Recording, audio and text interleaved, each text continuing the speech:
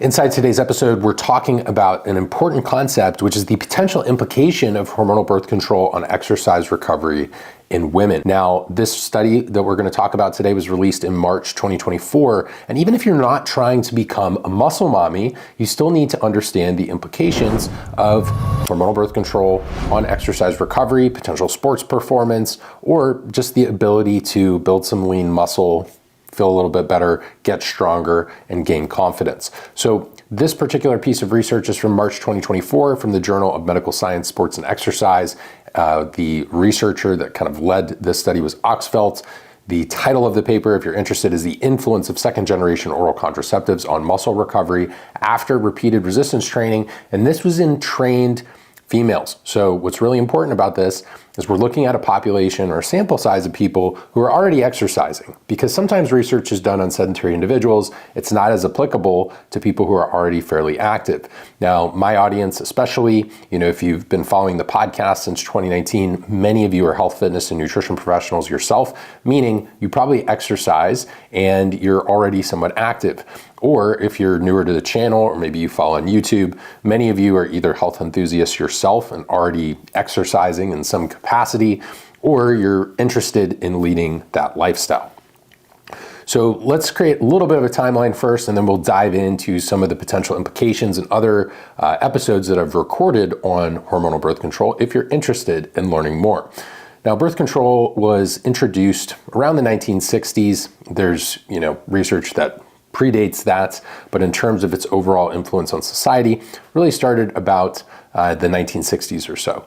And rather than focus this episode on the societal implications of birth control, the pros or cons, or a woman's right to informed consent and choosing what hormonal contraceptive or non-hormonal contraceptive is best for her, really the purpose of today's episode is to break down this piece of research and how it might apply to someone who is interested in training, building lean muscle, and understanding the implications of any medication that they might be on. Understand that when we're talking about prescription medications, nothing inside today's episode is medical advice or a substitute for it, but instead information, education, and entertainment based on journal publication from March 2024. If you want more information about the other effects of birth control, I have several content pieces on that. Episode 294 in the audio feed is going to be 5 lesser known effects of birth control. Episode 384 is the 12 implications of birth control, basically 12 things you should know before starting to take it. And this really just helps with informed consent for yourself, or if you have anyone else you care about who you're interested in kind of receiving some additional education there. Then I also released an episode within the past couple months talking about how women on birth control have a more inflammatory response to stress. This would be important to check out if you're interested in things like inflammation, autoimmunity, and just women's health overall. That's going to be episode 646 in the audio feed. But today we're talking about whether or not oral contraceptives can impact exercise recovery. So let's dive into some of the new research. The study compared muscle recovery after 3 resistance exercise sessions, which were performed within 23 hours in 20 trained oral contraceptive users, basically just meaning birth control, and then 20 females who were trained athletes as well. And these were free cycling controls, meaning these women were not on hormonal birth control in any way. So there were no newbie gains here because we had basically both samples or both groups here. So when we're comparing a group that's receiving an oral contraceptive treatment and group that's basically just free cycling, that's kind of your control group. What we want to make sure is that they're both trained, so that's not a huge variable. And then we'd also want to be able to compare the effect of the contraceptive. So you have to kind of isolate that variable by having a group of people who are not using oral contraceptives. The type of oral contraceptive they used were second generation birth control pills. So in this particular study, it was a combination of ethinyl estradiol and progestin, which is specifically levonorgestrel if you're interested in that type of thing. And the women had already been taking it for at least 5 months. So this wasn't the first month of use. This is probably more realistic because most women don't just take hormonal birth control for a month or two. They're typically getting on it and staying on it for a period of time, sometimes even at a much younger age. They performed 3 of the same leg sessions within 23 hours, once in the morning, once 5 hours later, and then once the following morning. This consisted of 5 sets of 10 of leg press, 3 sets of 10 of leg curl, and 5 sets of 10 on leg extension. So basically 39 sets of legs within 24 hours, which a lot of people are not necessarily doing that amount of training volume, but for the purposes of this study, you can still compare how the women are recovering side by side.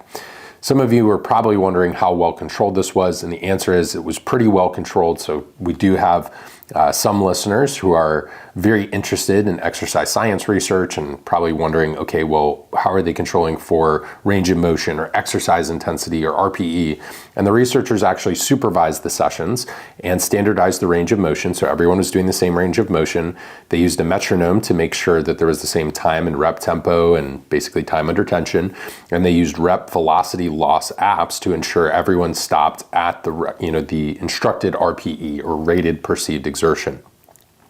They also supplied all of the participants meals for 5 days around the study as well, and they were designed to be maintenance calories with 0.8 grams per pound of protein. So this is a very well-designed paper overall and makes the information that we're obtaining from it a little bit more useful when carried over into the real world in more of a coaching setting when we're interacting with potential female clients. One last thing before we dive into the exact results in this particular journal. The free cycling women also did these resistance training sessions in their mid-follicular phase where estrogen is high, and we generally see a little bit better recovery from exercise.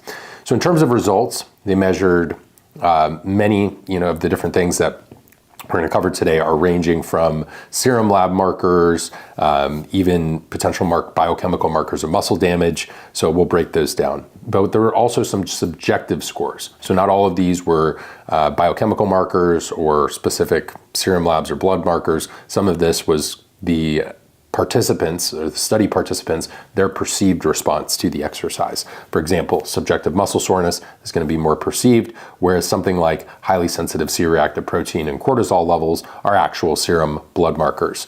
So looking through this, we also had a couple of markers of strength, like maximal leg extension strength. So you're getting some physical indicators, some of these serum lab markers or biochemical indicators, and then more like psychological or subjective or perceived indicators based on going through this particular exercise in the study. Muscle soreness was marginally higher in oral contraceptive users. Cortisol levels were significantly higher, even at baseline before the study began. And the highly sensitive C-reactive protein levels, that's basically a marker for inflammation in the body, that was also significantly higher in the oral contraceptive group. In terms of performance, the women not on birth control could perform an average of several more reps on leg press than the women on birth control 48 hours after the 3 sessions.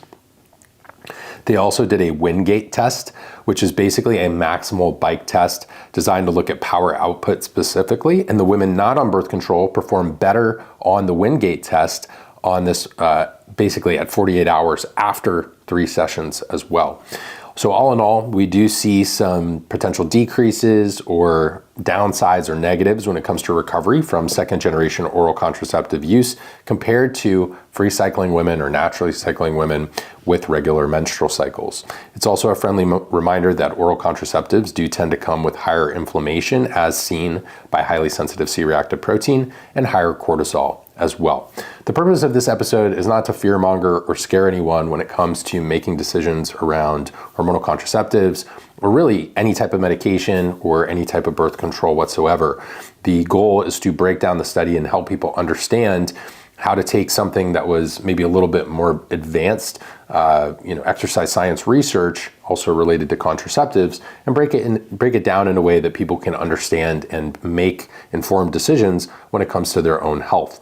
Now, sometimes I do think certain medications can be glamorized, making more women, or even, in the case of certain newer medications in other arenas, more popular for men as well. And so sometimes we need to understand how to look at both sides of this, the pros and cons of certain medications, decide what our goals are, our individual health history, and then use that information to make the best decisions for us. I think the problem is a lot of times oral contraceptives are given to women, even younger athletes who are maybe just post-puberty, and they're starting in their teenage years without really a lot of education or informed consent and realizing how this may impact potential athletic goals, or even things like resistance training, for example, in this study.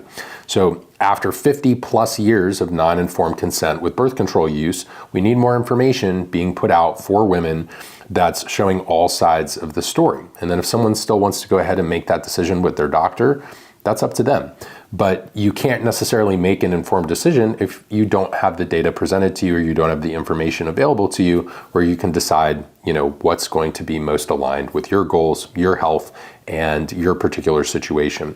I should note that the effects seen here in terms of some of the recovery metrics were not incredibly drastic between the contraceptive users and free cycling women. So again, not fear-mongering here or making anyone afraid that they can't actually reach their physical goals, or that they shouldn't even bother resistance training if they're on oral contraceptives. That's not the point at all here. You should still engage in regular resistance training. Strength training is still important for women in both treatment groups. And it's not necessarily like if you go off of birth control, you're going to see these amazing results as if you're on a performance enhancing drug, or that it was the main reason that you weren't making any significant gains whatsoever. Now, over time, could that compounded, right? If you were taking hormonal contraceptives for years and years and years and years, if you have that compounded decrease in recovery and you see some of these changes in your blood markers, can that impact your health, even if it's a